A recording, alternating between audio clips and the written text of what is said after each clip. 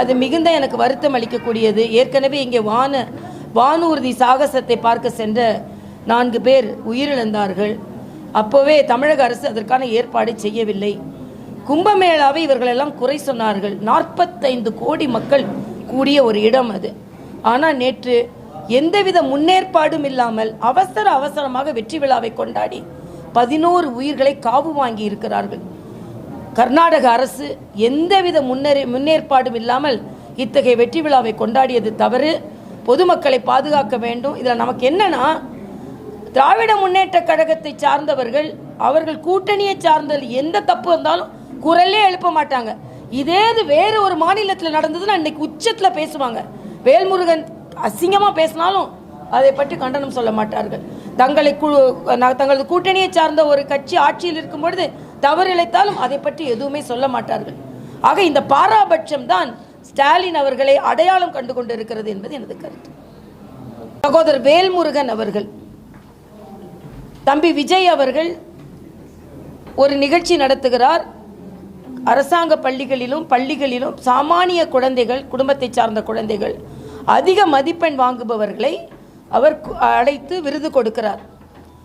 விஜய் அவர்கள் இதே போன்ற நிகழ்ச்சிகளில் சில கருத்துக்கள் சொல்லியிருக்கிறார். அதில் மாற்று கருத்து உடையவள் நான். சில நேரங்களில் அவர் கொள்கையை கூட எதிர்த்து சொல்லியிருக்கிறார். அதை நான் கண்டித்திருக்கிறேன். ஆனால் பெண் குழந்தைகளின் உணர்வை புண்படுத்துவதும் அவர்களின் ஒழுக்கத்தை தவறாக சித்தரிப்பதும் வேல்முருகனால் நடத்தப்பட்டது என்பது கொஞ்சம் கூட நம்மால் ஒப்புக்கொள்ள முடியாத ஒன்று. ஒரு தந்தை ஸ்தானத்தில் இருந்து அந்த குழந்தைகளுக்கு அந்த விருதை கொடுக்கும் பொழுது அந்த குழந்தைகள் அண்ணா என்று அழைப்பதையும் கொச்சைப்படுத்தி ஒருவர் பேச முடியும் என்றால் சகோதரர் வேல்முருகன் அவர்களுக்கு நான் எனது வன்மையான கண்டனத்தை தெரிவித்துக் கொள்கிறேன்.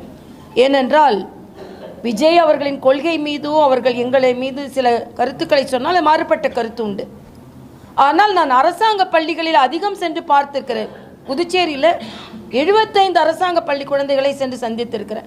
அந்த குழந்தைகளின் தாகம் எனக்கு தெரியும், கல்வி தாகம் எனக்கு தெரியும், அறிவு தாகம் எனக்கு தெரியும்.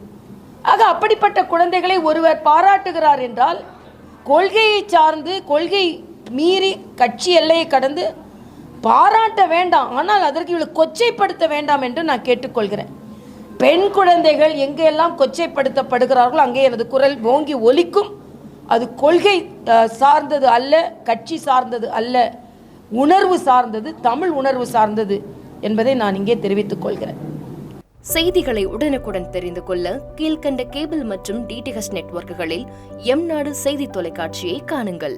பாதகம் செய்பவரை கண்டால் நாம் பயம் கொள்ளலாகாது பாப்பா.